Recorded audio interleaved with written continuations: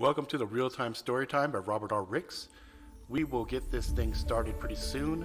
What I need for you guys right now is just to hold tight. We need to allow people to show up because this show is nothing without the viewers. You see, I require keywords or phrases that you will give me, and I will craft a story based off these keywords. I have about 2.5 minutes to create the story, and then after I create the story, I have to see if I got all of the keywords in, at least 10 of them. We try to have at least 10 to 14 keywords, and I attempt to get all of them in, but if I can get at least 10, it's a good day. Now, I know you guys are going to have some really crazy ones. Now, I do need to warn any new viewers. The existing crew that comes here on a regular basis are filthy, nasty motherfuckers with foul language. If the language is going to be a problem, you might want to check out now, because these stories, 9 times out of 10, are extremely vulgar, sometimes violent, oftentimes very weird, and sometimes funny. Alright, we'll get this thing started pretty soon. Hang tight.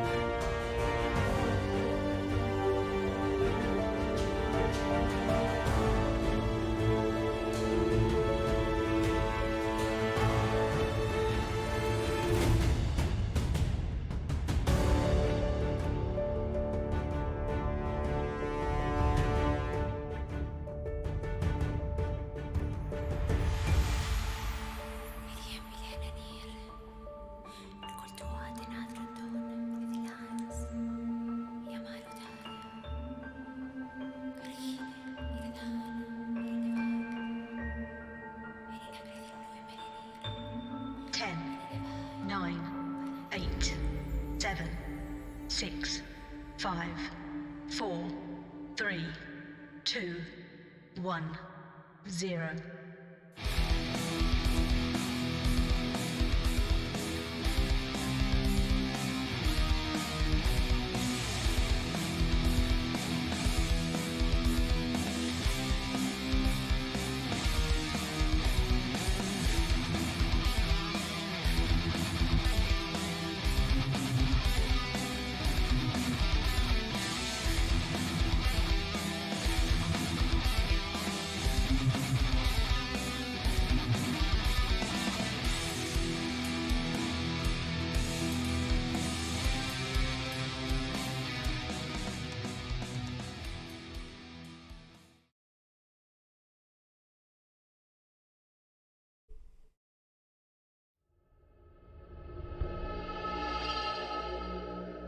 Hey, what's up? It is that time. It is January 12th, 2020. It is the Real-Time Storytime. This is Robert R. Ricks. I will be your host for this evening. This is Season 3 of the Robert R. Ricks YouTube show. Season 2 of the Real-Time Storytime. So we're going to be getting some keywords and stuff like that pretty quick here. We do this every Sunday, 7 o'clock Mountain Standard Time. And for you folks that listen to this on the podcast, this starts off on YouTube. And once it's done, everything is transcribed and put into audio format and put up on Anchor.fm, and you can find it on Spotify, etc. Usually by the end of the evening, it's up and about. You could always find out the latest and greatest on the realtimestorytime.com.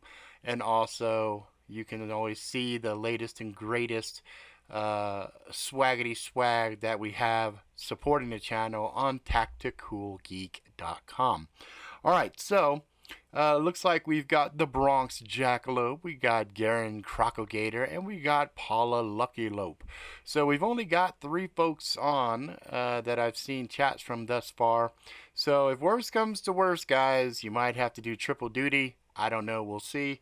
But without further ado, what we're going to do is I'm going to I'm going to say, please give me your keywords now. And Please submit your words now. I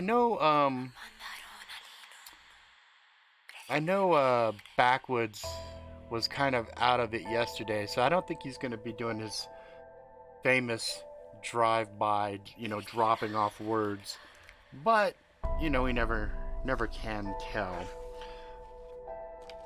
If worse comes to worse, I have some words that I can jump in and throw on as well. But I'm going to go ahead and start jotting stuff if you folks will start throwing some stuff out. Let's see here. We got 1, 12, 20, 20. We are in the roaring 20s now, if you can believe that. So we got 4 right now. And you know what? I'm just going to start grabbing some of my own. Oh, how funny is that? Political Nerkeys. I don't know what a Nerkey is. So if you want to enlighten me, political Nerkeys.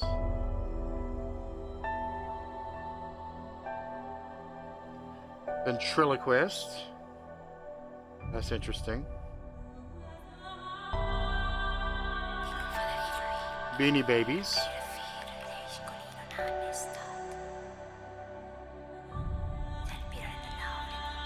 Bloody Head.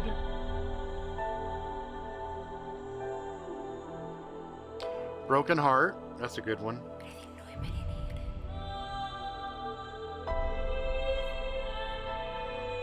Thank you very much.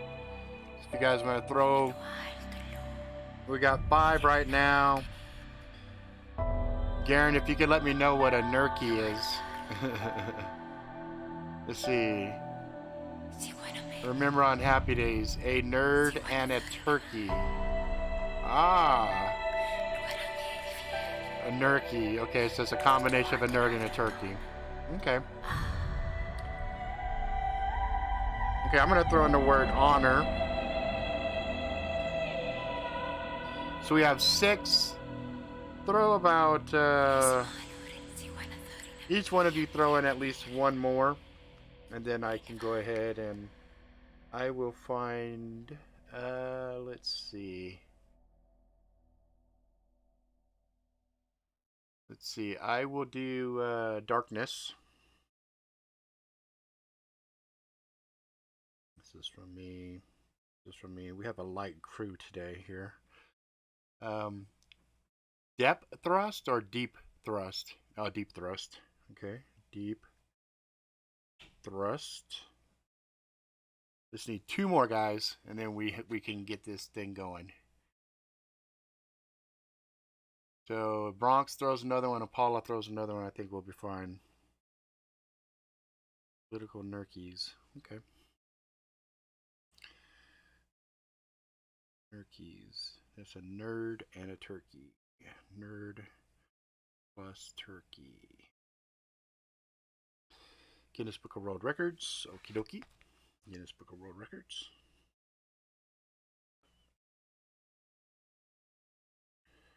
World Records. Jeff Gordon.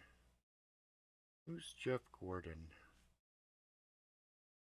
I probably should know that, but I don't know who that is. So if you want to, Jeff Gordon. Oh, Jack Daniels. Thank you. Jack Daniels. All right. Jack Daniels. All right, let me look up who Jeff Gordon is real quick. Let me just peek and see. Who is Jeff Gordon? Jeff Gordon is... Oh, he's a race car driver. American former professional stock car racing driver, currently an announcer for Fox NASCAR, top executive for Hendrick Motorsports. Oh, he was born right around the same as me. He was born August 4th, 1971. I was born August 29th, 1971, and from Vallejo, California. Huh, okay. All right. Race car driver. Okie dokie. All right. I think I got enough now. So the words we got is political Nerkeys, Ventriloquist, Beanie Babies, Bloody Head, Broken Heart, Honor, Darkness, Deep Thrust, Guinness Book of World Records, Jeff Gordon, and Jack Daniels. Okay, that's what we got. Let's go ahead and get some music started here. And we'll go with maybe this one. See how this is. Alright, so now I gotta figure out something here. I gotta figure out some kind of a story. Political Nerkeys, Ventriloquist, Beanie Babies, Bloody Head, Broken Heart, Honor, Darkness, Deep Thrust, Guinness Book of World Records, Jeff Gordon, Jack Daniels.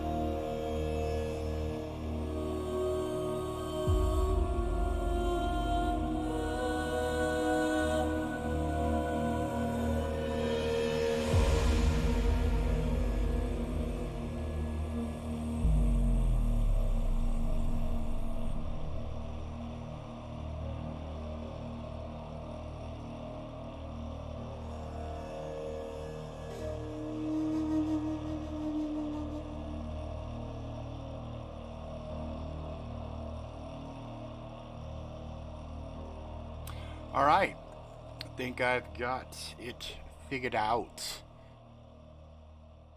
Okay, so let's go back here. Let's go in here. We can turn this off. Now, every time I use a keyword, folks that are watching, you'll see this used. And then every time, if you're listening to the podcast, you're just going to have to remember political, Nerkeys, Ventriloquist, Beanie Babies, Bloody Head, Broken Heart, Honor, Darkness, Deep Thrust, Guinness Book of World Records, Jeff Gordon, and Jack Daniels. Okay? I have it written down in my notes here.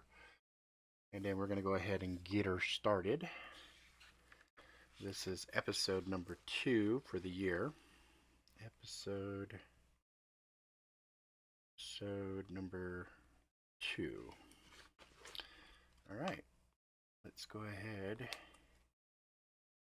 and we will put that there. Don't need the headsets anymore. I can put those right over there. Take a sip real quick.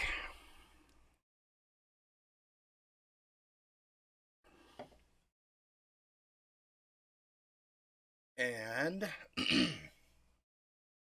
let's get it started. It was my routine. Always the same. It would get late. The bar would empty out. I would drink what was left in my glass. I would stumble home, and then I would pass out. And the next day would be rinse and repeat. Today felt different though. I don't know why, but it did. Maybe it was because the bar was emptier than normal. The bartender seemed a little on edge. Not quite sure why, but he kept looking up at the door as if he was expecting somebody. That put me on edge, but it would not stop me and my Jack Daniels from hanging out. I took position at the far end of the bar to give myself a better vantage point in case some yucko came through, talking shit, doing something crazy. I reached in my jacket.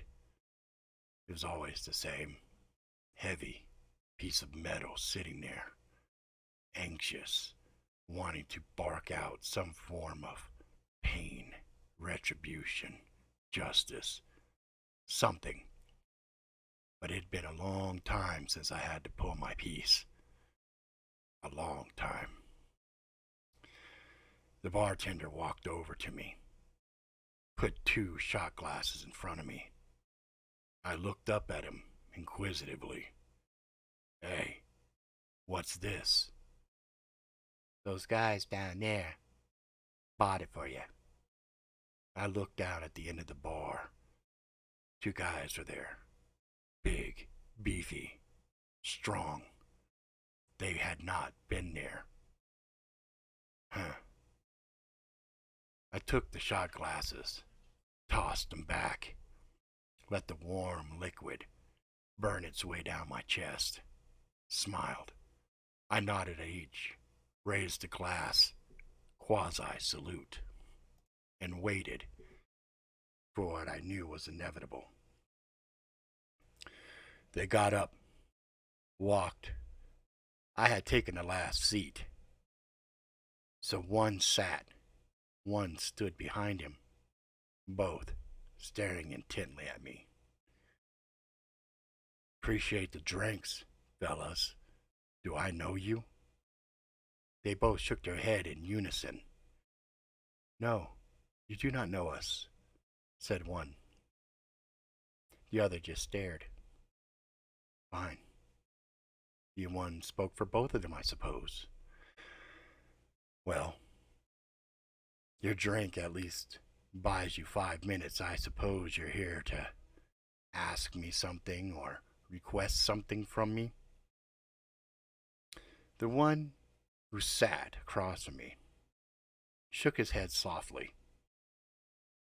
Actually, we don't want anything from you, but we are curious if indeed you are the one known as Melvin. Cocked an eyebrow. I hadn't told anybody my real name in a long, long time. Yeah, that's my name. Most people don't ever refer to me as that. What's your name? The one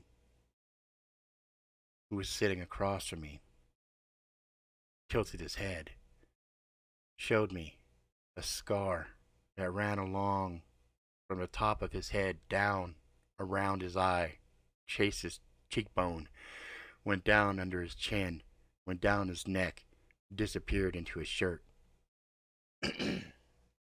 Ah, let me guess. Scar. He nodded.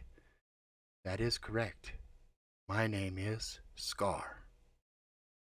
And your friend? You can refer to me as Mim. I had been staring at him. His mouth had moved. I smiled softly. Nice trick.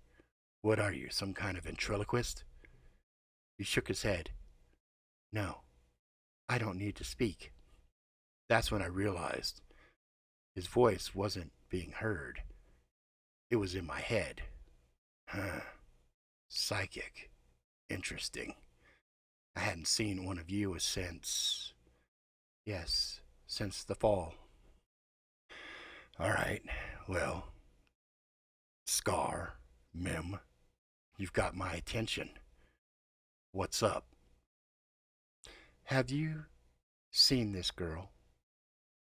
The picture was displayed in front of me. I glanced down. I recognized her immediately. I felt an ache in my chest. Images, blood, images of screaming, the blood. The one image that haunted my dreams and mind late at night was the scene of immaculately arranged Beanie Babies, dripping, splattered with her blood. I looked up. Anger welled in me. What the shit is this? I asked. That's old. That's real old. Who wants to dig up that grave and start some shit? The man held his hand up. No, I did not mean to aggravate you. I just had to be sure that this was the one. I calmed down, realizing that my hand had found its way. I was holding my pistol, firm, finger played on the trigger. Playing a really bad game, friend. Real bad. That is not my intent. My intent was to find out if that was indeed the event that broke you. I looked up at him, sipped my drink, nodded. If you really do need to know, I suppose you could say that was the end. So every night, you come in here, you drink, what, 15, 16 of those? I looked at my drink, shrugged. I don't keep count. Larry keeps them coming. I pay the bill. I go home. Ask him. I'm sure he keeps records. And then you go home and you drift off into the darkness. Sometimes, not always. What if we told you there was a way to be rid of that which broke you? I looked at Meme, thought about it. And that's what your psychic friend there does? Some kind of brain operation? No, it's more complicated than that. Yeah, well, who the fuck sent you is what I'd like to know. Was it one of those political Nerkeys wanting to get me back in the game? No. Nobody has sent us. We just sensed, and we go where we are needed. Really? And you think that I need your services? It depends. Some people take events like that, hold on to it, and use it when they need to. Others are consumed by it. It depends. Depends on what? Depends how bad the pain is. Some things, for example, like a broken heart, can be recovered from. Others, depending on the person's mental state and the condition they find themselves in after atrocious events, are utterly broken. We're still trying to determine where you are. But make no mistake, we felt your pain. You felt my pain, huh? Again, I traced my hand on my pistol. Decided, fuck it. I pulled it out, laid it on the table. They didn't seem shocked. They didn't seem afraid. They just looked at it, marveled at it. Is that the one? He said. Yeah, that's it. She's been with me since the beginning. Over 1,500. Really? That is impressive. Yeah, if you say so. Tell you what's more impressive. I motioned for the bartender. He brought the bottle over. He knew the gesture.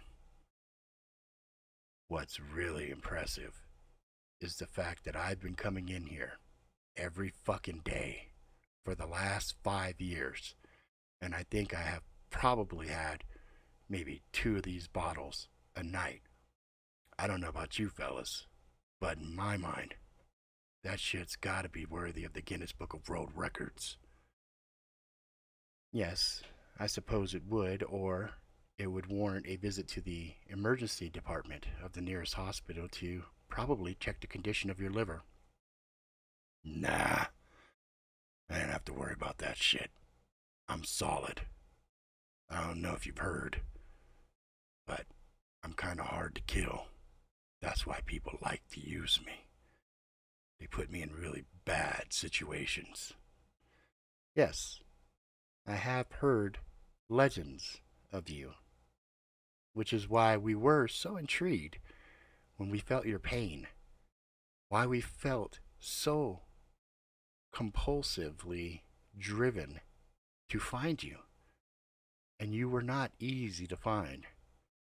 Even though you come here, you don't leave a trail.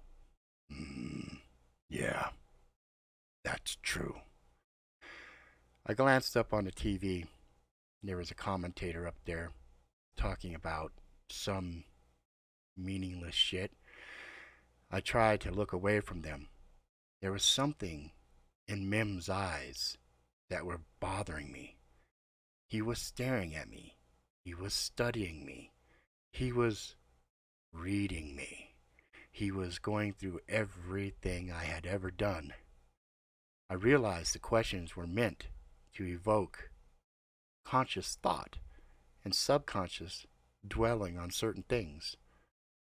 All was designed to allow Mim access to those most private of thoughts. I looked up and realized I had recognized the announcer. It was a former racer, Jeff Gordon. I tried to focus on the driving, the races, the laps, over and over in my mind. And I looked at Mim. I made eye contact, and he simply smiled and nodded. He understood what I was doing. I didn't give you permission to go rooting around inside of my head, boy, I said with a warning. He nodded. So, will you allow us to help you? What's the cost? Well, my friend here, he eats those. It is his form of nourishment. And I also require sustenance. And by the look of it, I could feel you have in abundance the thing that I consume as well. Look, I don't do kinky shit. I do appreciate the drinks, and I do appreciate some loose conversation. But I need to know, what does this mean? Well, I'll be blunt. I am a collector. I collect scars. I see that. Those yours? No, these are not mine. In fact, I do not have a single scar of my own anywhere on my body. Judging by that one right there. You got more? Yes, I have 765 scars on my body. Fuck, maybe I should call Guinness for you. No need. And your friend? Mim requires pain, suffering, misery. But there is a side effect. When he consumes these things, you will have holes in your memories. You will not recall things. But he will only take what you give him. Let me get this straight. You take the scars. He takes the memory and the pain. And that's it? Nothing else? Oh, no. there is something else. You see, when we come across people like you become part of our chain. What that means is we will keep in touch with you from time to time because it has been our experience through the years that people such as yourself become a vast smorgasbord, if you will, of food, of sustenance. You can't change what you are. Inside, you are still the same person. You would still be doing the same things except for the event that broke you.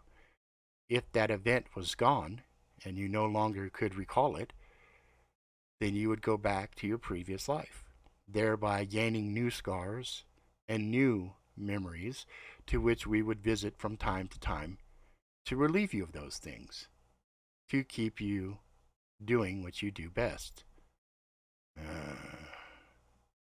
Seems to me like somebody outside of this three, me, you, and him, may be pulling some strings here. No, no.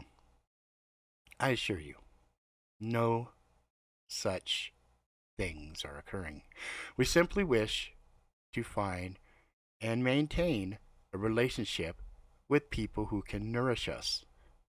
So you're like those fish that swim with the sharks, eating off of the shark, not hurting the shark or anything, but just kind of there. Or like the bird that eats shit out of the alligator's mouths. He thought about that, nodded. Yes, it is a symbiotic relationship, and it is beneficial to both parties, we think. So what's involved with it?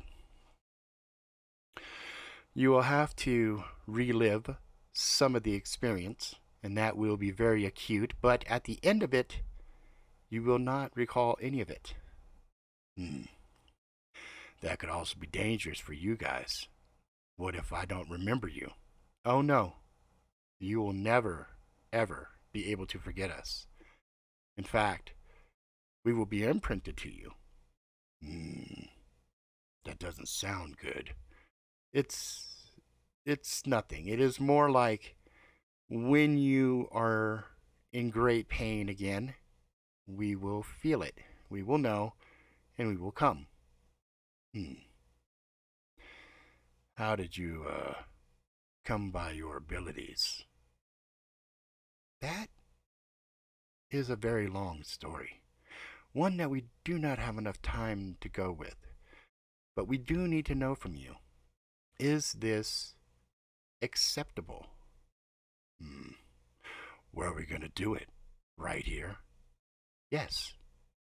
Is there any risk to the bystanders? There could be. We would recommend you, at the very least, unload that gun. You could still keep it, and you should be able to dispatch us even without the bullets if you so need, because we know you do carry a few blades with you.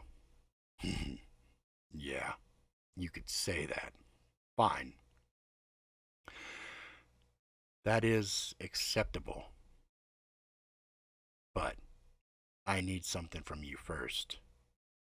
I expected you would. I need you to shake my hand and give me a word of honor that this is exactly as you say it is. That is acceptable. He extended his hand. I took it, noted.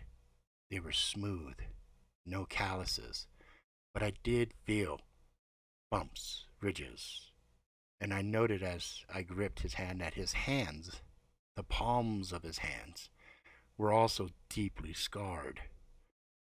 In fact, the more I studied the man, the more I noticed he had lots of scars. But the big scar that ran down his face that was so deep, so pronounced, was the one that stood out the most. He gripped my hand and shook it firm. It was a good handshake. Word of honor. Good enough for me. What happens now? You take one more drink, and it begins. Yeah. Okay. I took a big swallow of my drink, enjoyed it, the flavor, and then, suddenly, I was standing in a room. Oh no. Wow. They said I would relive this. I didn't think it would be this real. I could taste. I could taste the taste in my mouth, the acidity, the taste of vomit. Ugh. I knew what was coming. I didn't want to see it. I didn't want to do it. But there I was, creeping, hunting, looking for my target. There he was, sitting by his office, leaning back in his chair, smug smile on his face. He was a very, very bad man.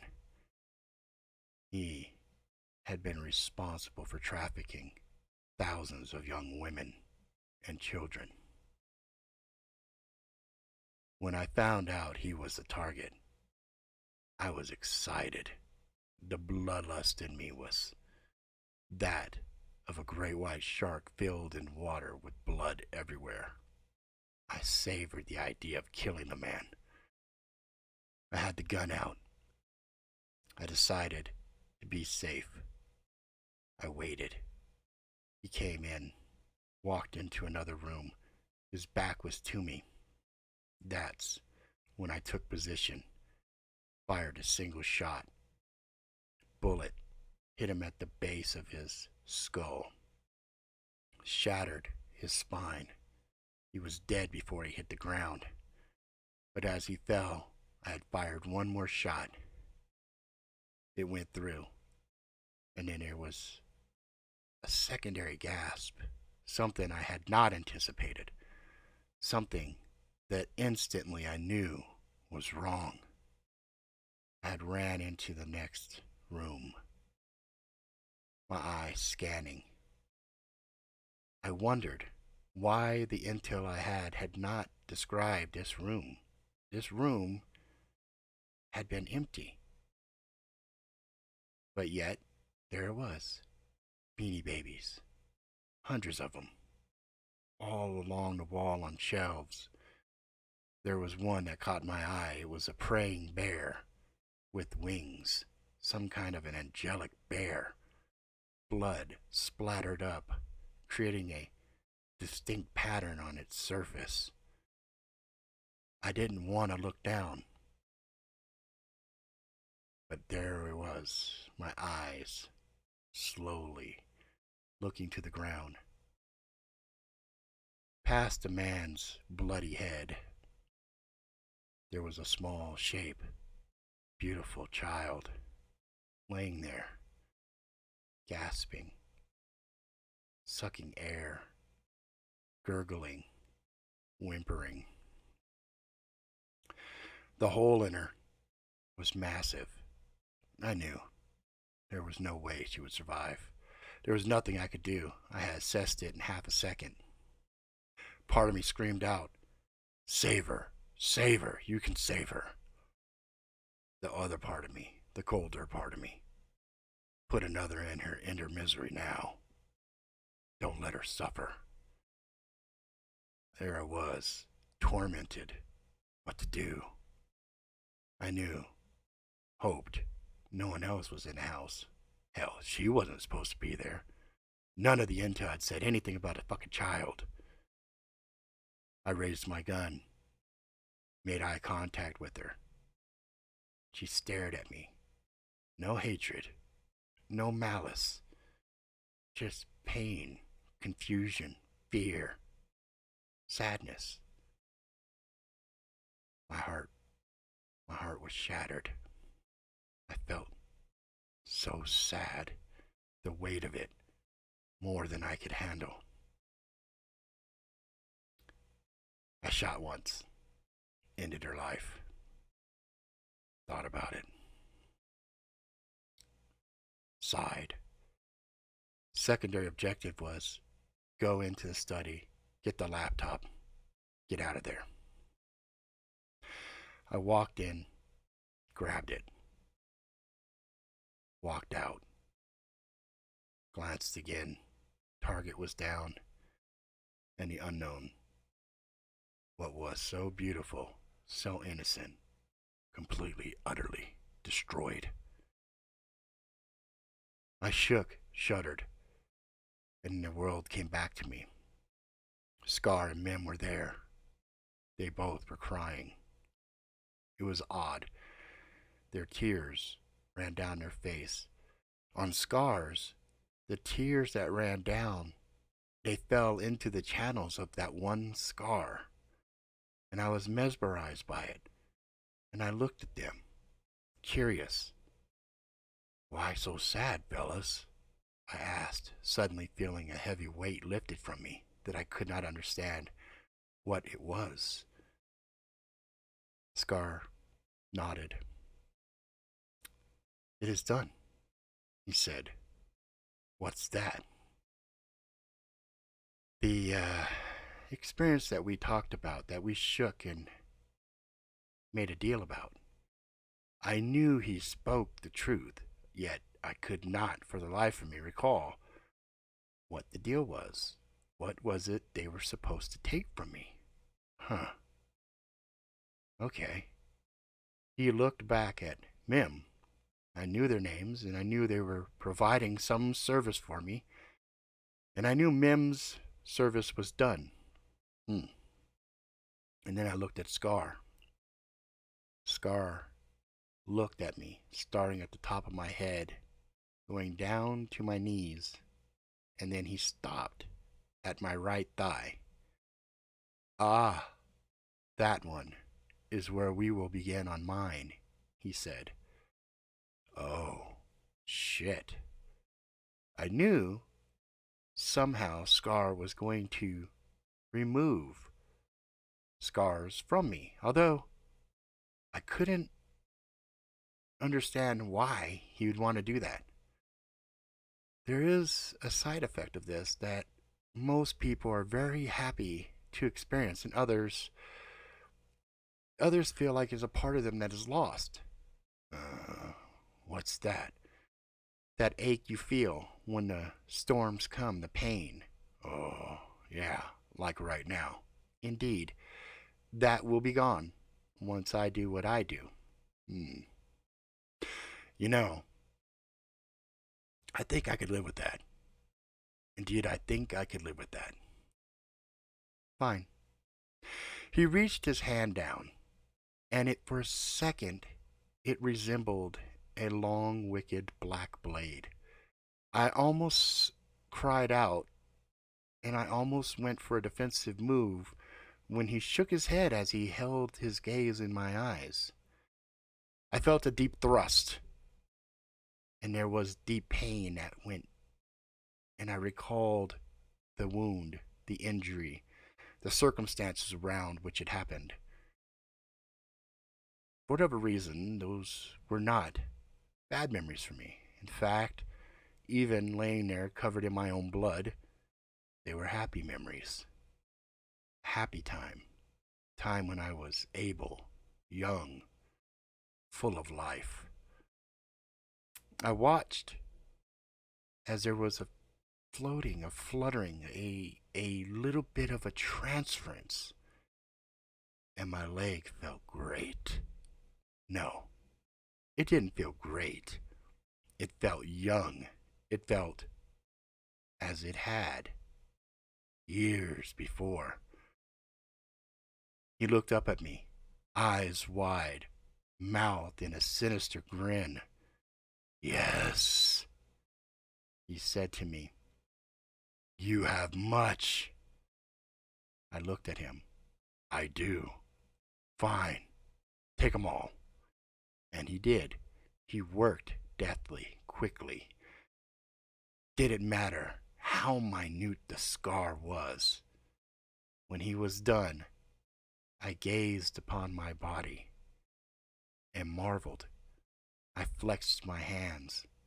The muscles in my body felt revived. I looked at him. He was slumped. He looked exhausted. He looked 100 years older. Are you all right? He nodded. I will be fine. Thank you. We shall leave you now. You sure? Is there something I can do for you? I haven't felt this way in forever. No, you have done enough. We will visit you again, I am sure. Come, Mim. Let us leave. Mim helped him up. They stumbled out. I sat there. I stared at my pistol. Bartender walked over. You all right, man? Yeah. Never felt better. You knew this shit was gonna go down, didn't you? Look, man, I got a phone call last night. Told me 2 guys were gonna come in. They were gonna talk to you. I was not supposed to say anything, bother you. In fact, I was supposed to make sure that nobody would fuck with you guys. Was it a woman that called you? Yeah. How'd you know? Husky voice. Yeah. Did she pay you? Yeah. Wired over $25,000. Shit. All right. Thanks, man. Appreciate it. I don't suppose I'm going to see you again, am I? Oh, I'm pretty sure something's going to get fucked up along the way, and I'm going to have to come and have pity parties. So I'm pretty sure I'll be back. But yeah, you probably won't see me for a while. Well, I just want to say, Mel, I like you, man. I hope everything works out for you. Oh, I'm sure things will be just fine. In fact, I know the minute I walk out that door, it'll be a whole new world again. What makes you say that? Well, now that the guys have left, and I'm back to my old self, I could tell you several things that I didn't notice the first time when I walked in here. His eyes glistened a little, and he smiled, waiting expectantly. For example, I can smell the fear on you now. I didn't before, but I can smell it now. The guys over in table 1 there, they haven't sipped their drink at all. They've just been watching the entire time. The 3 gals back there by the bathroom, the one with the pocket purse, is too heavy. I can see the strap pulling down on her. There's heavy gun in there. Can't tell you what type, but it's heavy. Also, that guy there, at the end, over by the edge of the bar, it's too early for him to be drunk. He looks a lot like Fred, but that's not Fred. This has been a setup since the beginning. This is a test. He nodded. He smiled. It's good to see you again. Don't remember me, do you? Studied him for a little bit. Son of a bitch. You're his kid? He nodded. Yeah. My dad said you were the best.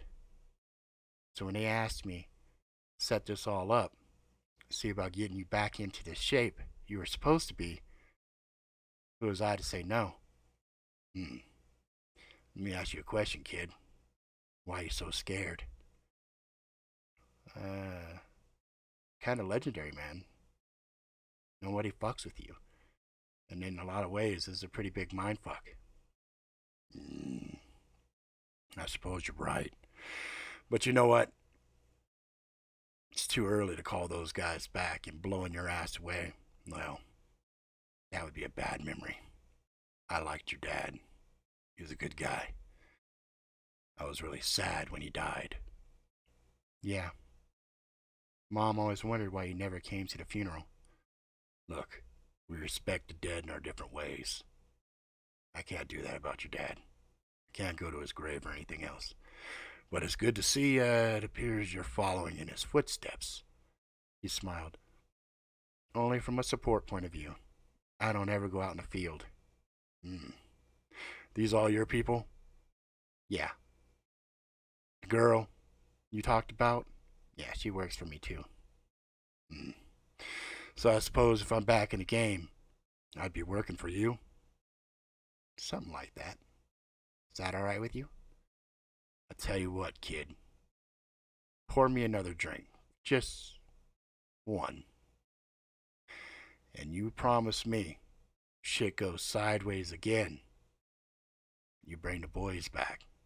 We clear? Oh, they'll be back no matter what, regardless of whatever I do. They imprinted on you. They will visit you from time to time. The more you got, the more they want. Well then, I lifted the glass. I toasted him. To your dad, kid. To your dad. He poured himself one. Toasted. Glasses clinked. We both swirled it back. Nodded. All right. Let's start this shit the right way. One thing, kid. What's that? Whatever fucking intel you have, you better triple check it. If I have a situation that broke me, like I had before, I don't remember what it is, but I know it was bad. If I have a situation like that again, I won't hesitate to have you erased from my memory as well. Understood? That's fair. All right. So, what we had there was a guy who had been really good at his job, and then had a really bad situation popped off, and was kind of being really fucking wallowing in misery. And so they tried to find a way to get him back in the game, and they brought his ass in with some stuff. So we had Political Nerkeys, Ventriloquist, Beanie Babies, Bloody Head, Broken Heart, Honor, Darkness. Oh, did I get Darkness in there? Yeah, I did get Darkness. Yeah, Darkness, Deep Thrust, Guinness Book of World Records was a couple of times. Jeff Gordon was in there, and of course Jack Daniels was prevalent through this entire fucking show here.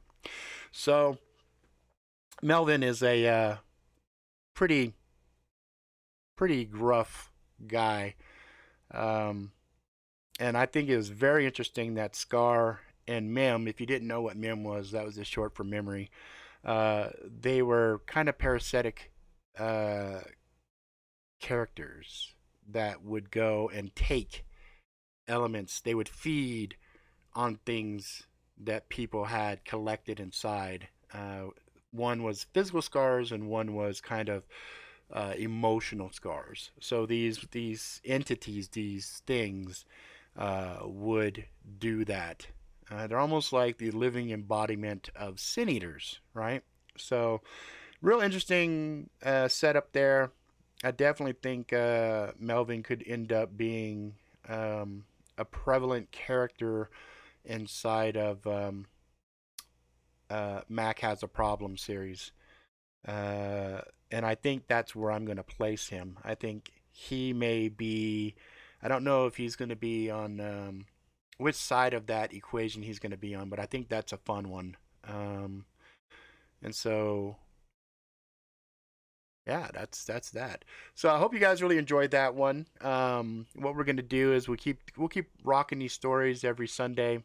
I'm going to start trying to find a way to promote this a little bit more so we could try to get some more people in on the show to add more keywords and stuff like that. This time, if we didn't have Garen, Paula, and Bronx in here doing triple duty, throwing in words, we would have been kind of hosed in this situation. So, anyway, that's that.